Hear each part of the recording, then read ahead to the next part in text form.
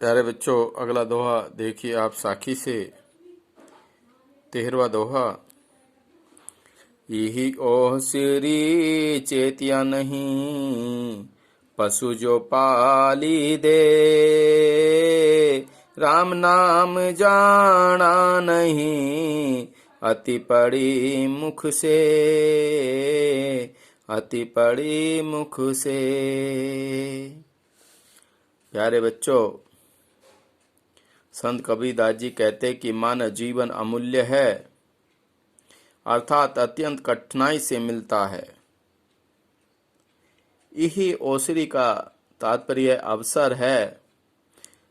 ओसरी मीन्स होता अवसर और चैत्य मीन्स सावधान। प्यारे बच्चों, कहना चाहते हैं कबीरदास जी की इस जीवन की प्राप्ति मनुष्य के लिए एक अवसर है।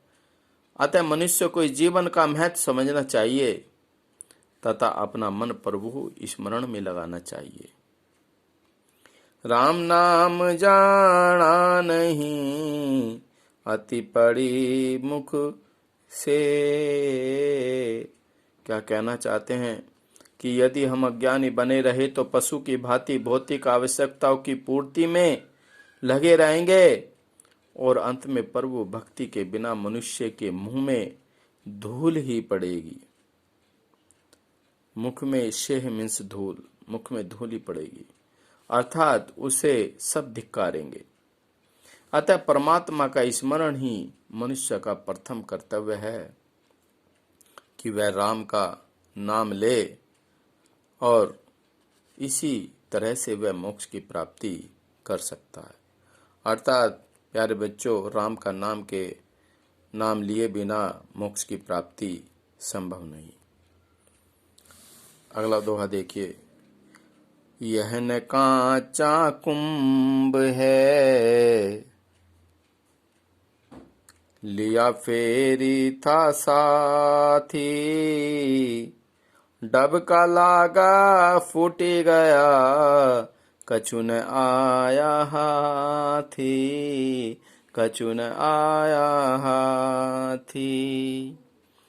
संत कबीरदास जी कहते हैं कि हे मनुष्य, तो जिस शरीर को अपना समझकर सदैव अपने स्वस्थ व संभाल कर रखता है, वह शरीर तो एक घड़े के समान है। कुंभ माने होता है प्यारे बच्चों घड़ा, जो कष्ट आने पर क्षण से नष्ट हो जाएगा। अर्थात जिस प्रकार मिट्टी का कच्चा घड़ा जरा सी ठोकर लगते ही टूट जाता है। डबका मीन्स टूटना। डबका लागा फूट गया, कछु न आई हाथी। कहने का मतलब यह है कि यह मिट्टी का कच्चा घड़ा जरा सी ठोड़ लगते ही टूट जाता है। उसी प्रकार तुम्हारा यह शरीर भी क्षण भर में नष्ट हो जाएगा। इसलिए अपनी शरीर का मोह त्याग कर ईश्वर का स्मरण कर। प्यारे बच्चों, कहने का तात्पर्य यह है कि आपको ईश्वर की भक्ति करनी चाहिए, तभी मोक्ष की प्राप्ति हो सकती है। प्यारे बच्चों, लास्ट दोहा। कबीर कहाँ गरबियो, दे दे किशुरंग। बिछड़िया मिलबो नहीं, जू कांचली भुवंग,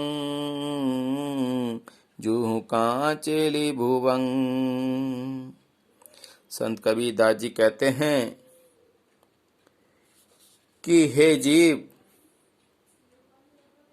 तू व्यर्थ ही इस शरीर की सुंदरता पर गर्व करता है।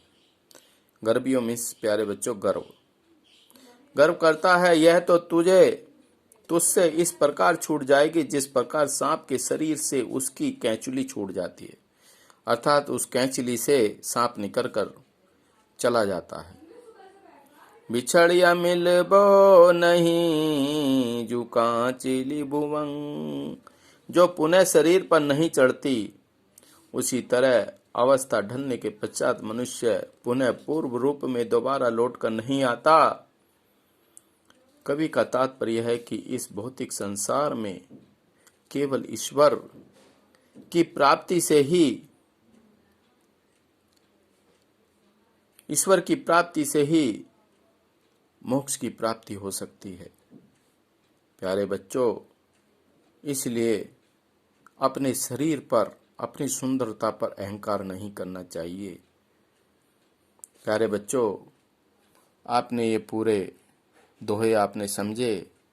यदि आपको ये पूरा पाठ आपको समझ में आया हो तो प्लीज़ प्लीज़ मेरे चैनल को सब्सक्राइब कीजिए और लाइक कीजिए और आइकन बेल की घंटी का बटन दबाइए। मैं आपको ऐसे ही सारे पाठों की वीडियो आपको मैं भेजूंगा। बस आपको चैनल सब्सक्राइब करने की देर है। आपको सारी वीडियो आपको मेरे चैनल पर मिलेंगी। धन्यवाद।